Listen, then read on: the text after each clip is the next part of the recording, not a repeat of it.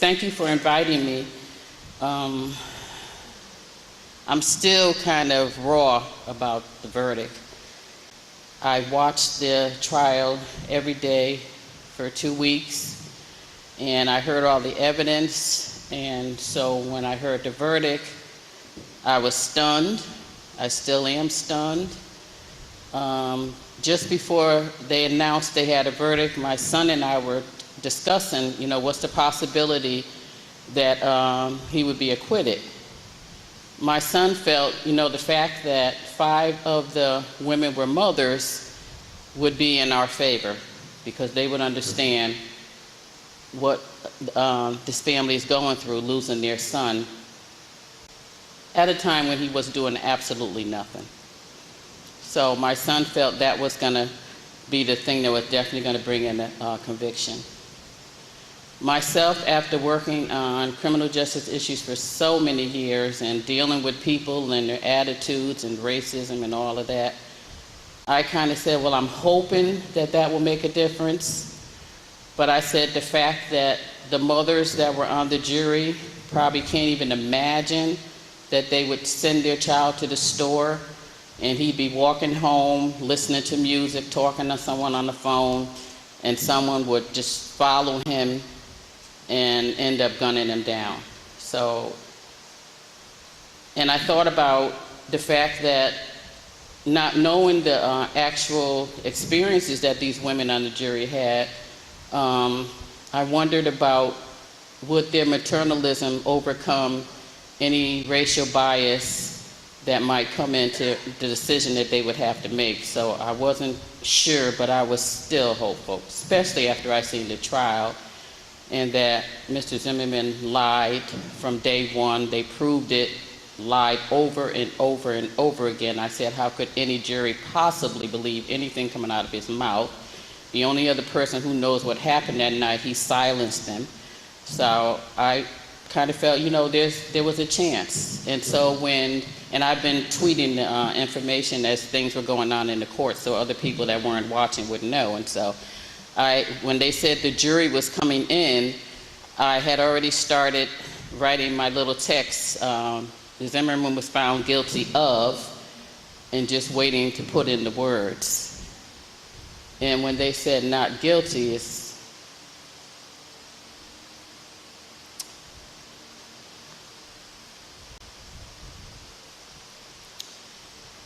still painful, but it's a painful reminder of the criminal justice system that people of color have to face in this country every day.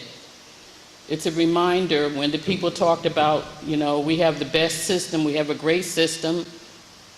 I thought about, the founding fathers when they worked on putting this system together. Africans were only 3/4 of a person. We weren't even human. And there were laws that said that laws didn't pertain to us. No white man had to respect any laws on the books when it comes to Africans. So it just reminded me, like, it's 2013 and how far have we moved from that premise.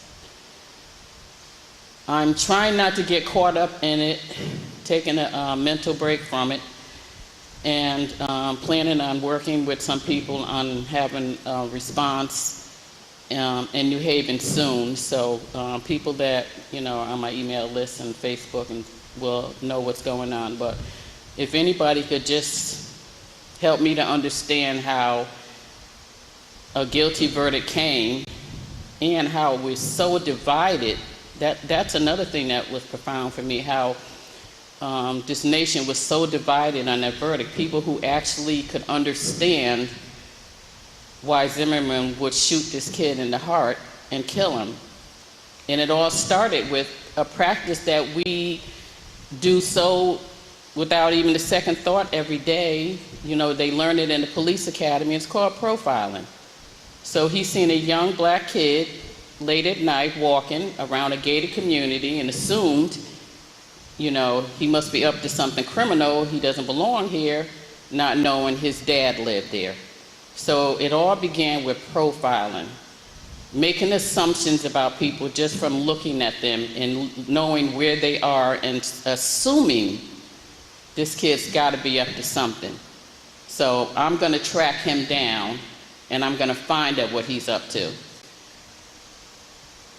I'm leery of the justice system because in watching the trial, I realized there were two voice experts who said that the voice that was crying out for help was definitely Trayvon's voice. But those two experts were not allowed to testify. So it kind of makes me cynical and think that maybe this trial was just a sham from the beginning, that they only had it because nation cried out for an arrest and justice. And so to appease the people, they had the arrest. They made the arrest, and they had their so-called justice. And so I guess now we're supposed to respect it, which is what they said. We all have to respect the verdict and not be angry.